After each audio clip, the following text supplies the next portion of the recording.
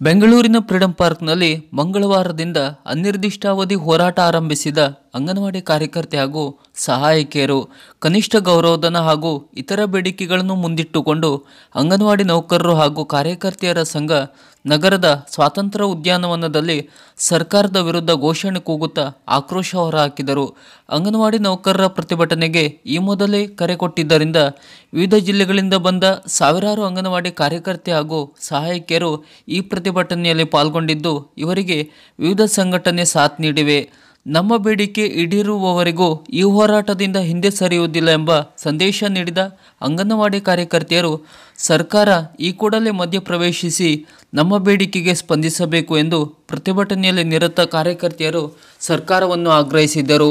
ಅಂಗನವಾಡಿ ಕಾರ್ಯಕರ್ತೆಯರಿಗೆ 25,000 ಗೌರವಧನ, ಸಹಾಯಕಿಯರಿಗೆ 12,000 ಕನಿಷ್ಠ ವೇತನ ನೀಡಬೇಕು. ಕಾರ್ಯಕರ್ತೆಯರನ್ನು ಸಿ ದರ್ಜೆ ಹಾಗೂ ಸಹಾಯಕಿಯರನ್ನು ಡಿ ದರ್ಜೆ ಸರ್ಕಾರಿ ನೌಕರರೆಂದು ಪರಿಗಣಿಸಬೇಕು ಎಂದು ಈ ಸಮಯದಲ್ಲಿ ಸರ್ಕಾರದ ವಿರುದ್ಧ ಆಗ್ರಹಿಸಿದರು. ಮಹಿಳೆಯರು, ಮಕ್ಕಳು, ಗರ್ಭಿಣಿಯರು, ಬಾಣಂತಿಯರು ಎದುರಿಸುತ್ತಿರುವ ಅಪೌಷ್ಟಿಕತೆ, ರಕ್ತಹೀನತೆ, ಆರೋಗ್ಯ ಸಮಸ್ಯೆಗಳನ್ನು ತೊಡೆದುಹಾಕಲು 1975ರಲ್ಲಿ ಸಮಗ್ರ ಶಿಶು ಅಭಿವೃದ್ಧಿ ಯೋಜನೆ ಪ್ರಾರಂಭಿಸಲಾಗಿತ್ತು. ಯೋಜನೆಯನ್ನು ಪರಿಣಾಮಕಾರಿಯಾಗಿ ಅನುಷ್ಠಾನಕ್ಕೆ ತರಲು ಅಂಗನವಾಡಿ ಕಾರ್ಯಕರ್ತೆಯರು ಶ್ರಮ ಹಾಕುತ್ತಿದ್ದಾರೆ. ಆದರೆ ಇವರಿಗೆ ಯಾವುದೇ ಸೌಲಭ್ಯ ಕಲ್ಪಿಸುತ್ತಿಲ್ಲ ಎಂದು ಪ್ರತಿಭಟನಾಕಾರರು ತಮ್ಮ ನೋವನ್ನು ತೋಡಿಕೊಂಡರು. 3 ರಿಂದ 6 ವರ್ಷದ ಮಕ್ಕಳಿಗೆ ಶಾಲಾ ಪೂರ್ವ ಶಿಕ್ಷಣ, ಪೂರಕ ಪೌಷ್ಟಿಕಾಹಾರ ವಿತರಣೆ, ಮಕ್ಕಳಿಗೆ ಚುಚ್ಚುಮದ್ದು ಕೊಡಿಸುವುದು, ಭಾಗ್ಯಲಕ್ಷ್ಮಿ ಅರ್ಜಿ, ಮಾತೃವಂದನಾ ಅರ್ಜಿಗಳನ್ನು ಫಲಾನುಭವಿಗಳಿಗೆ ನೀಡುತ್ತಿದ್ದೇವೆ. ಕೋವಿಡ್ ಸಂದರ್ಭದಲ್ಲಿ ಜೀವದ ಹಂಗು ತೊರೆದು ಕೆಲಸವನ್ನು ಮಾಡಿದ್ದೇವೆ. ಕೆಲಸದ ಜೊತೆಗೆ ಇತರ ಇಲಾಖೆಗಳ ಕೆಲಸಗಳನ್ನು ಕೂಡ ಅಂಗನವಾಡಿ ಕಾರ್ಯಕರ್ತೆಯರು ಹಲವು ವರ್ಷಗಳಿಂದ ಮಾಡುತ್ತಿದ್ದಾರೆ. ಆದರೆ ಸರ್ಕಾರ ಕನಿಷ್ಠ ಕೂಲಿ ನೀಡಲು ವಿಫಲವಾಗಿದೆ ಎಂದು ಈ ಸಮಯದಲ್ಲಿ ಆಕ್ರೋಶ ಹೊರಹಾಕಿದರು.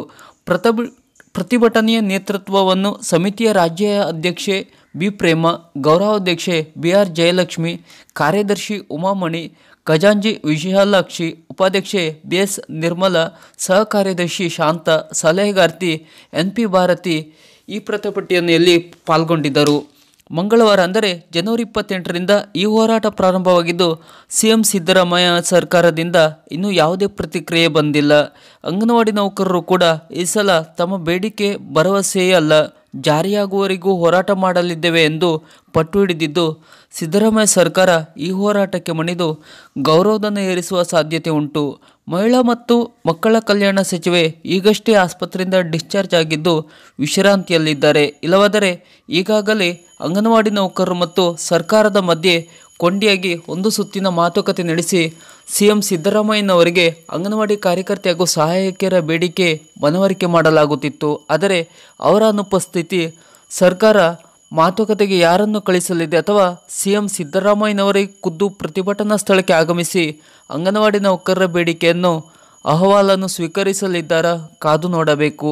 ಅಂಗನವಾಡಿ ನೌಕರರ ಎಷ್ಟು ಬೇಡಿಕೆ ಈಡೇರಲಿದೆ, ಗೌರವಧನ ಎಷ್ಟು ಹೆಚ್ಚಾಗಲಿದೆ, ಇದು ಸರ್ಕಾರ ನೀಡುವ ಪ್ರತಿಕ್ರಿಯೆಯ ಮೇಲೆ ಅವಲಂಬಿತವಾಗಿದೆ.